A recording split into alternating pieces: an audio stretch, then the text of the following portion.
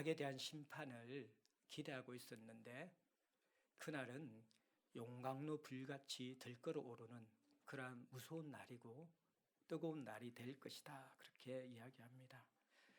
그때 교만한 자와 악을 행하는 자는 다 지푸라기 같이 심판당할 것이다. 이 교만한 자와 악을 행하는 자는 1차적으로는 이스라엘 백성들이 불평을 쏟아내었던 그 대상들, 하나님 저렇게 교만한 자가 복되다고 스스로 자만하고 악을 행하는 자가 더 번성한다고 하고 하나님을 시험하는 자가 화를 면한다라고 그렇게 목이 곧게 살아가던 저들의 인생이 어떻게 됩니까? 라는 그 질문에 대해서 너희들이 그렇게 심판을 원했던 악인들의 결말이 이것이다 보여줍니다. 그런데 또 하나 조금 더 깊이 들어가면 이것이 무서운 말입니다. 악인을 심판하지 않는다고 하나님을 향하여서 불만하던 이스라엘 백성들, 이들 역시 악인의 편에 속할 수 있는 자가 될 수 있다라는 것입니다. 그래서 말라기는 마지막 날이 되기 전에 오히려 악인들을 고발하는 이스라엘 백성들을 역고발하는 문장이 바로 이것이 될 수 있습니다. 너희들도 지푸라기가 될 수가 있다. 근데 그 지푸라기의 모습을 한번 생각해 보십시오. 큰 바위 덩어리 같은 원석도 물처럼 녹여버리는 그 용광로 불 앞에서 작고 초라한 그 얇은 지푸라기가 떨어지게 되어질 때에 그것은 타는 것 같은 흔적도 없이 순식간에 사라져버리는 그 모습일 거라는 거예요. 이 땅에 악의 강한 가운데 우리는 위축되어져 있습니다. 악은 무너지지 않습니다. 강한 생명력을 가지고 있습니다. 너무나 견고하고 철옹성 같기 때문에 하나님 그 악을 오히려 무서워하거나 좋아해서 심판하지 못하거나 심판할 수 없다라고 그렇게 생각하기 쉬운 것이 악의 견고함입니다. 그런데 이 땅 가운데 이 악인의 강하고 견고하고 무소불위의 그 모습과 마지막 날 하나님께서 심판하실 때에 천지를 말씀 하나로 만드신 그 하나님께서 심판하실 때에 이 세상의 거대 악이, 그게 개인의 악이든 한 나라의 한 제국의 악이든 용 같은 짐승 같은 그 거대한 악이든 간에 하나님 보시기에는 지푸라기조차도 못한 연약한 것이라는 것이죠. 그것이 용광로 불에 확 불사 없어지면 흔적도 없이 사라진다라는 것입니다. 그러면서 그 불타 없어지는 모습은 뿌리와 가지가 남기지 않는 모습입니다. 뿌리와 가지가 남겨진다라는 것은 그루터기가 남아있다라는 것이거든요. 그루터기가 남아있으면 아무리 불이 나고 아무리 모든 것이 잘라 없어진다고 할지라도 다시 봄이 오면 싹이 움트고 생명의 기운으로 인하여서 거기에서 뿌리에서 이제 이 줄기가 솟아오고 가지가 올라오면서 다시 솟게 되어집니다. 그런데 악인의 심판 속에서 마지막 심판 속에서는 결코 소생할 가망성이 없다라는 것입니다. 뿌리의 마지막 끝자락까지 다 불타 들어갔기 때문에 잿더미가 되었기 때문에 다시는 생명의 기운을 머금을 수가 없고 그 속에서 소생함을 기대할 수 없는 상태가 될 것, 그것이 너희들이 그렇게 심판을 바라던 그 악인들이 돌이키지 않으면 처하게 될 상황이고, 또 하나 어쩌면 너희들은 여기에 포함되지 않는다고 생각하지 모르겠지만 그 악인들의 심판에 대해서 임하지 않기 때문에 불의하다고 불평하는 하나님과의 관계 속에서 경외함이 없는 너희들도 만약에 돌이키지 아니하면 나도 너희들을 역고발하겠다, 그렇게 말라기가 이야기하는 것일 수 있습니다. 그리고 이제 역으로 이 악인이 반드시 심판한다라는 것들, 하나님의 공의가 실현되어지는 것이죠.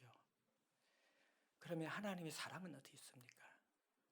당신의 백성들, 당신을 따르는 백성들, 그 어려운 가운데서도 당신을 위하여서 삶을 드리는 백성들, 그런데 이 땅 가운데서는 지리멸렬하고 악인과 비교할 때 한없이 초라하고 도저히 나아지는 인생을 볼 수 없는 이 땅에 버려진 것 같은 하나님을 섬기는 우리들은 어떻게 됩니까? 이렇게 이야기합니다.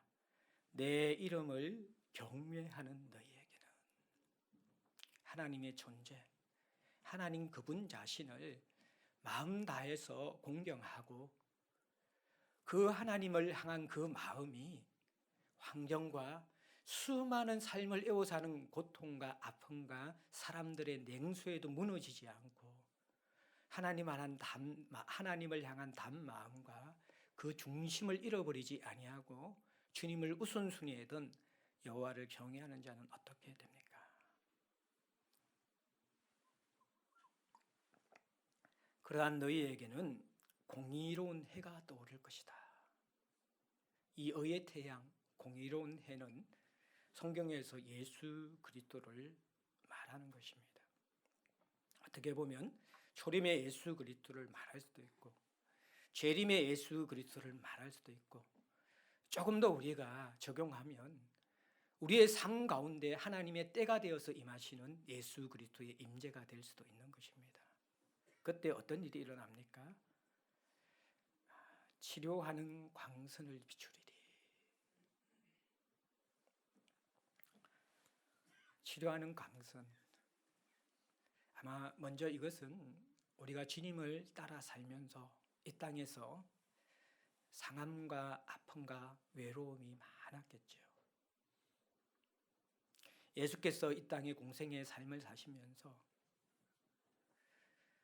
머리 둘 곳도 없는 그러한 하나님 앞에서 자신만이 가진 철저한 고독과 외로움과 상함을 가지셨던 것처럼 아마 이 땅에서 그리스도의 말씀을 따라 하나님의 말씀을 따라 여호와를 경외하며 사는 자들에게는 버림받음과 소외받음과 또 이해받지 못함과 외로움들 같은 깊은 상처들이 있을 것입니다.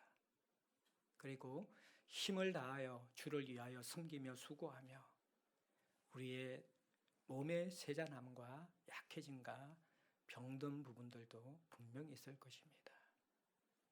그 부분을 치료해 주시겠다라는 것입니다. 공의로운 해가 올라서 치료하는 강선이다. 이것은 태양이 날개를 펼치면서 쫙 동쪽에서 태양이 떠오르면 이 일출때에 그 태양빛이 서쪽 끝까지 쫙 날개처럼 펼쳐져 나가는 그 장면을 보여주는 것입니다. 그렇게 그 감출 수 없는 구석구석을 비추며 스며드는 공의로운 하나님의 임재와 그 따뜻한 손길이 우리의 아픈 것과 상한 것과 병든 것과 눌린 것을 만져서 온전하게 치유해 주시고 회복시켜 주시고 우리의 마음의 눈물과 눈의 눈물을 닦아 주시는 그러한 일이 일어날 것이라는 거예요. 또 하나 제가 묵상할 때는 제가 미처 발견하지 못했는데 찬양을 조금 전에 드리면서 저도적 같은 이 마음. 그런데 우리가 말라기 말씀 보면서 이스라엘 백성들에게 뭐라고 이야기합니까? 너희들은 내 것을 강탈하는 도적질하는 자들이다. 그 말라기 이스라엘 백성이 우리들이잖아요. 어떻게 보면 이 땅에 아무리 여호와를 경외하는 삶을 산다 치더라도 하나님이 나를 사랑한 만큼 사랑하는 사람은 아무도 없을 것입니다. 이 땅에 우리가 나그네 길을 살아가게 될 때 우리가 수많은 하나님의 은혜와 사랑을 애워삼 당하고 경험하더라도 우리 깊은 것에 도적 같은 마음들이 있는 것이죠. 여전히 병든 마음, 육신의 그 병든보다도 더 깊은 영혼의 질병이 남아있을 것이고 하나님을 사랑하는 마음의 그 한 구석 속에 분명히 나의 유익과 나를 위한 삶을 포기하지 못하는 그 끈질긴 자아집착적인 정상들이 우리 안에 남아있을 것입니다. 이 치료하는 강선은 우리의 아프고 상한 주를 위해 수고한 그 흔적들, 그 상흔들을 치유할 뿐만 아니라 그토록 이 땅 가운데서 우리를 고통스럽게 했던, 육신의 상함과 마음의 상함보다 더 고통스럽게 했던, 하나님을 온전히 사랑하지 못하는 영혼의 상함인 도적 같은 질병들, 그것을 이 치유하는 강선이 비추어질 때에 깨끗하게 제거될 수 있다라는 것입니다. 회복될 수 있다라는 것입니다. 이 치유하는 강선이 우리에게 비추어지게 되어질 때 우리에게 모든 죄가 거두어지고 모든 하나님과 우리 사이의 장애물들이 제거되어지고 육신의 상함과 아픔과 공고함과 괴로움과 우리 안에 모든 찌꺼기들이 다 제거되어지는 것들. 악인들은 영광루불에 풀하게가 되어서 잿더미가 되어지지만 우리는 우리 속의 모든 죄악들이, 그 불순물들이 공의의 태양을 통하여서 깨끗하게 제거되어지면서 우리 존재는 외양간에서 뛰어나온 송아지같이 될 것이다. 그 축축하고 어두운 답답하고 갇힌 공간에 있던 이 송아지가요, 아침에 찬란한 햇살이 떠오를 때, 그 태양이 떠오를 때 그 송아지들을 가두는 그 우리문들이 활짝 열려지게 되어지면요, 미친 듯이 달려나가죠. 그 태양을 바라보면서, 넓게 펼쳐진 초원을 바라보면서 마냥 행복에 겨워서, 즐거움에 겨워서 뛰어노는 그 모습을 우리에게 묘사해 주고 있습니다. 마치 우리 교회 아이들이 늘 집에서 작고 답답한 그 방 안에, 그 콧구녕만한 그 집 속에서 갇혀 있다가 교회에 오면 그 넓은 체육관, 예배드리는 강당, 애들이 미친 듯이 즐거워하면서 뛰어다닙니다. 운동장에 가보면요, 예배가 다 마쳤는데 부모님들은 이제 막 파김치가 돼서 빨리 집에 돌아가야 되는데 아이들은 더 신이 나고 힘이 넘쳐가지고 운동장에 뛰어다니면서 집에 가려고 하지 않죠. 그렇게 생기 차오르고 그렇게 기쁨과 한의에 차오르는 어린아이에 뛰어다는 것, 그것 이상으로 우리는 하나님 앞에서 온전한 회복을 경험하면서, 몸과 마음과 영혼의 회복을 경험하면서 주님 앞에서 뛰어다니게 될 것입니다. 기뻐하며 춤을 추게 될 것입니다.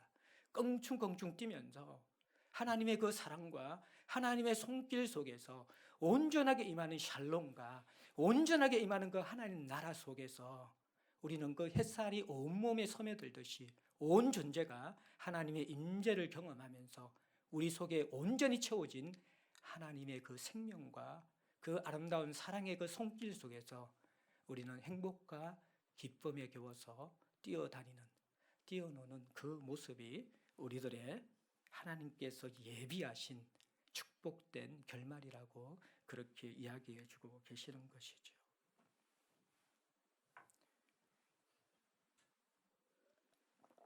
그리고 한 가지 더 나아가서 3절에 하나님을 경외하는 자들에게 주시는 하나의 축복이 있습니다. 또 너희가 악인을 밟을 것이니. 1절과 3절의 악인은요, 어떻게 보면 세상적인 악보다도 대조적으로 본다 그러면 여호와를 경외하지 않는 자들입니다. 여호와를 경외하지 않는 자들, 하나님을 멸시하는 자들. 근데 하나님을 멸시하는 자들은 자기가 멸시한다는 것을 전혀 모르고 멸시하는 죄가 얼마나 하나님 앞에 수치스러운 것이고 너희 얼굴에 희생의 똥을 바를 정도의 그러한 하지 못할 짓이라는 것을 깨닫지 못하는 자들입니다. 이들의 운명이 어떻게 됩니까? 내가 정한 날에 공의로운 태양이 떠올라서 우리가 치료하는 강선을 받고 외양간에서 뛰쳐나온 송아지처럼 되는 것도 하나님의 정한 날에 되는 것이기 때문에 우리는 그날까지 믿음을 가지고 기다려야만 합니다. 악인들이 지푸라기처럼 용광로에 불타 없어지고 또 3절에 나오는 것처럼 이미 불타 없어져서 뿌리에 끝까지 잿더미가 된 그 상태에 있는 악인들을 밟아버리면서 발바닥 밑에 이미 죄가 되어버린 그들이 또 의인 앞에 밟혀서 여호와를 경외하는 자 앞에서 밟혀서 잿더미가 된 그들이 또 가루가 되는, 바스라지는 재가 되어지는 그 모습을 볼 것이다. 만군의 여호와의 말이다. 그러면서 악인에 대한, 세상 악에 대한 여호와를 경외하는 자들의 완전한 승리를 이야기합니다. 만군의 여호와, 전쟁하시는 여호와, 승리를 주시는 여호와, 하나님의 성전에서 결코 패배하지 않는 여호와의 말씀이다. 그렇게 이야기합니다. 사랑하는 성도 여러분들, 우리는 분명히 이깁니다. 우리는 이 땅을 살아가면서 악의 존재, 세상의 강함에 이길 수 없다라는 무력감에 빠집니다. 너무 견고하고 좀처럼 무너지지 않고 우리보다 더 끈질기기 때문입니다. 뿐만 아니라 우리는 사실 이길 수 있지만 이길 수 없는 인생을 살아야만 했습니다. 이 땅에서. 왜입니까? 주님을 따르기 때문에 우리는 이기려고 하면 안 되기 때문입니다. 우리는 악을 선으로 갚는 삶으로, 빚진 자의 삶으로, 섬기는 삶으로, 종된 자의 삶으로 살기 때문에 예수님의 십자가의 방식처럼 힘이 없어서 무너지는 것이 아니라 사랑하기 위해서, 섬기기 위해서, 그들을 구원하기 위해서 우리는 이길 수 있는 자가 될 수 있음에도 불구하고 이기지 않으려는 삶을 작정한 자들입니다. 그래서 우리는 이 땅에서 승리를, 세상이 원하는 승리를 자주 경험하지 못하는 자들입니다. 그러나 궁극적인 승리는 우리의 것입니다. 그래서 세상의 웬만한 것은 여러분들 이기려고 하지 마십시오. 이기려고 하지 말고 자신을 내어주십시오. 아둥바둥 살지 말고 십자가의 어린 양을 따라가십시오. 그것이 이기는 길입니다. 이 땅에서 죽을 똥 살똥 남을 짓밟으며 이기고 마지막 인생에 지는 인생이 되지 마십시오. 이김의 주권을, 승리의 주권을 주님 앞에 내려놓으십시오. 그러면 그분의 정한 때에 여러분들은 하나님이 여러분을 높이 올려 이긴 자의 영광을 누리게 해 주실 것입니다.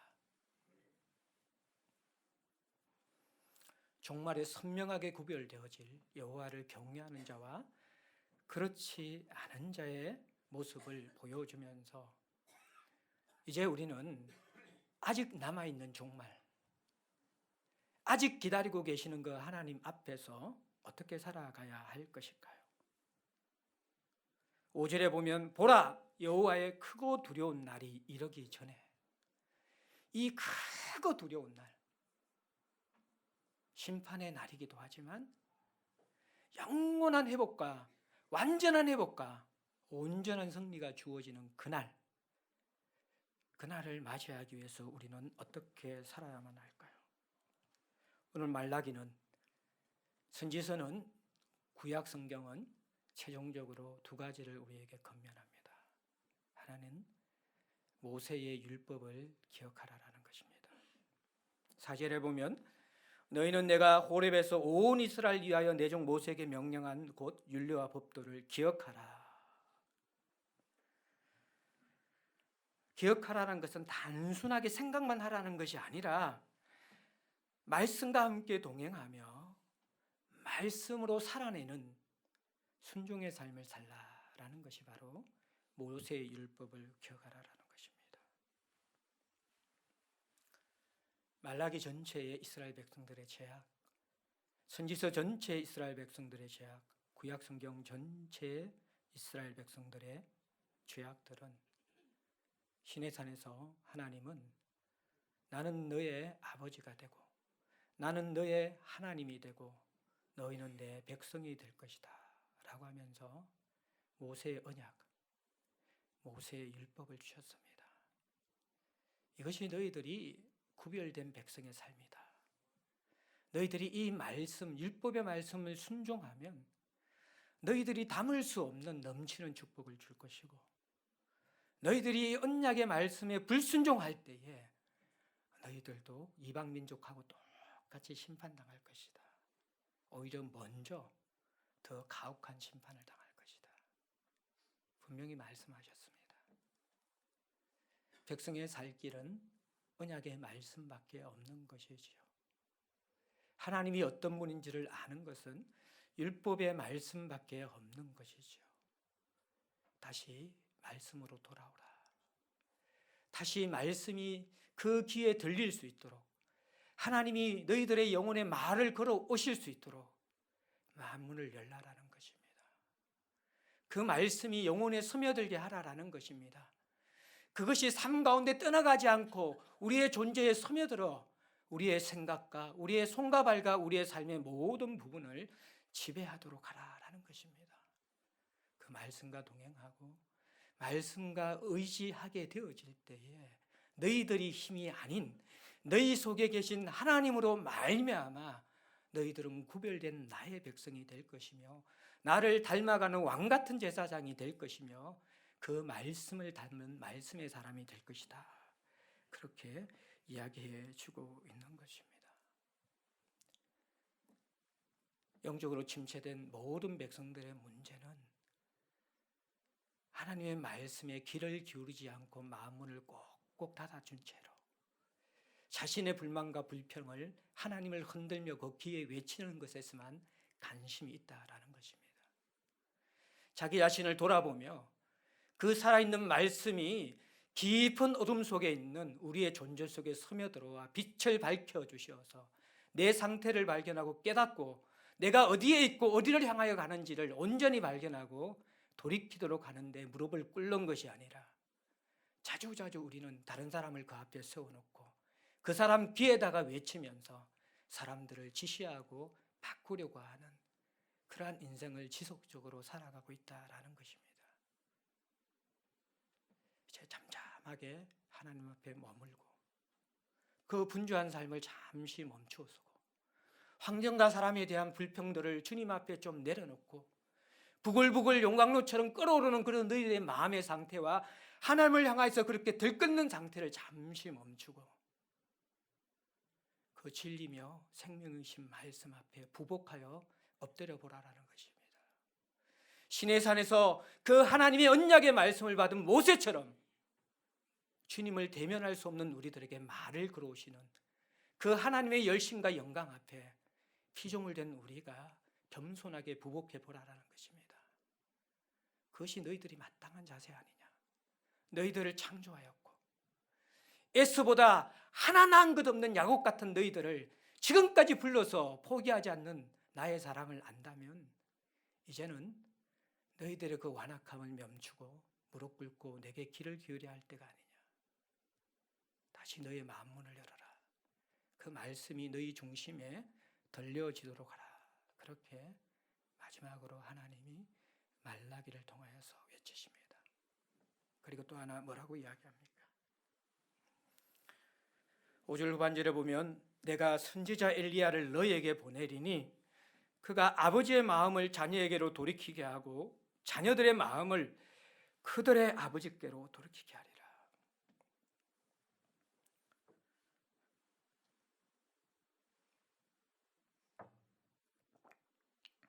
모세는 율법의 대표되는 사람이고 엘리야는 선지자의 대표되는 사람입니다. 이스라엘 백성들의 영적 상태를 깨우기 위해서 하나님이 보내신 대표적인 두 사람이 모세와 엘리야입니다.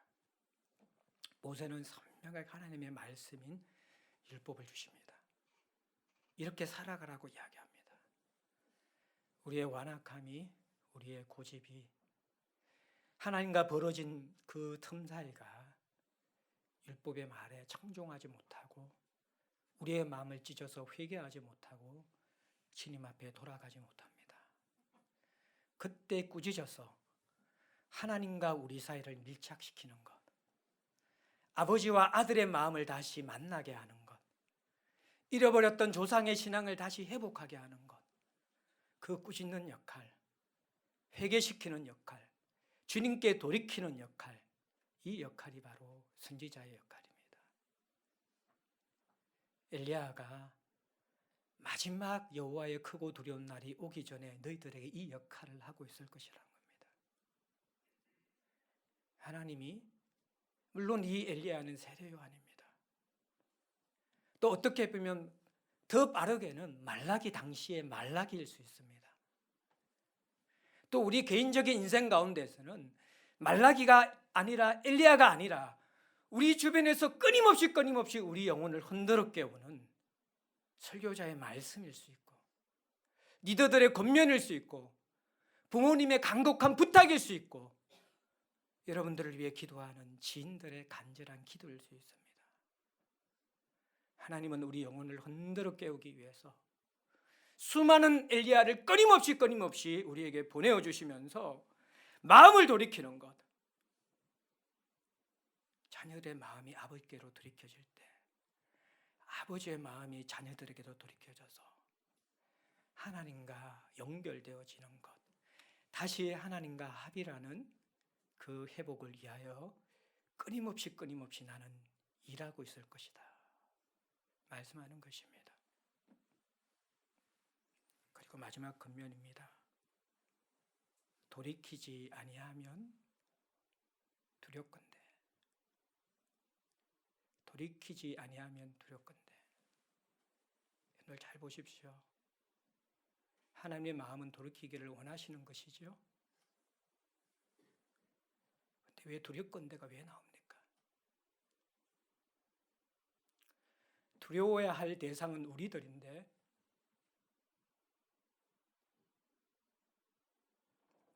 하나님은 우리들이 돌이키지 않는 것이 두려운 것입니다. 자신의 자녀들을 심판할 수밖에 없는 그 상황이 심판자이신 하나님이 두려우신 것입니다.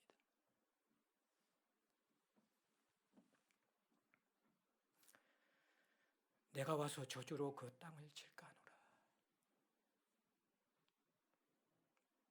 이것은 이방 족속을 심판할 때 하나님의 모습입니다.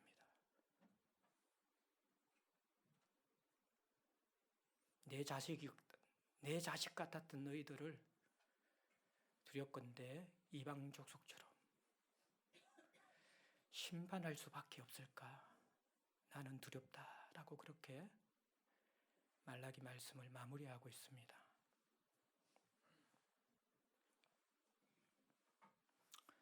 이스라엘은 이제 중대한 기로에 있습니다.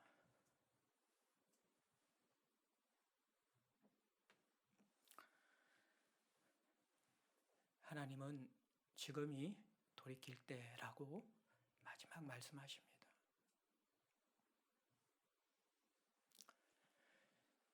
이미 여러분들 부고 소식을 들어서 아시겠지만 엊그제까지 새벽기도에 함께 나오셨던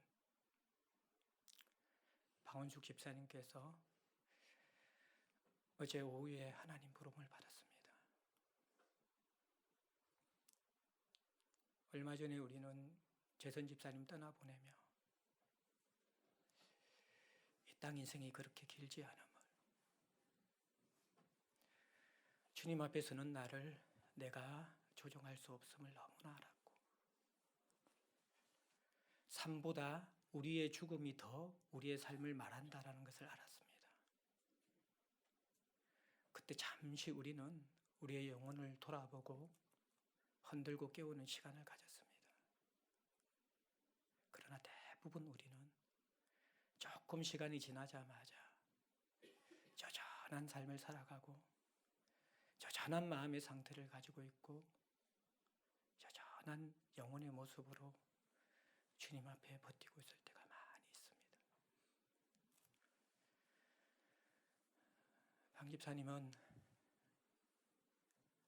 마지막 죽음 시점까지 새벽 기도의 예배자로 아름답게 사시다가 어쩌면 또 하나의 우리에게 메시지를 주시면서 하나님의 영원한 품에 안기셨습니다. 마지막 말라기 말씀을 주시면서 우리도 언젠가 그분 앞에 서게 될 텐데, 그날이 생각보다 훨씬 가까울 수 있을 텐데, 하나님이 내가 두렵다라고 우리를 향해서 고백하시는 그 마음에 애끓는 마음을 귀 기울이면서 우리가 돌이킬 부분이 없는가? 사실 우리 모두가 주님 앞에 서는 날까지 끊임없이 돌이키지 아니하면 누구도 한 발자국도 제 길을 갈 수 없는 자들이라는 것을 깨닫는 자들인데, 하나님, 우둔한 짐승보다도 더 방향을 찾지 못하고 더 갈 길을 알지 못하고 더 순종하지 못하는 우리들 말라기 통해서 이렇게 기다리시고 얼레고 축복하시고 심판하시고 온갖 것을 다 동용하시면서 때로는 유치스러운 모습으로 마지막으로는 최종 경고를 하시면서 두려운 마음으로 다가오시는 그 하나님 앞에, 하나님, 우리가 이제 우리의 인생 속에서 어떻게 반응해야 합니까? 하나님 앞에 나아가서 묻고 하나님의 얼굴을 구하고 하나님의 은혜를 구하고 그 자비의 손길을 구할 수 있는 저와 여러분들 될 수 있기를 주님의 이름으로 간절히 소망합니다. 함께 기도하며 주님의 자리에 나아가겠습니다.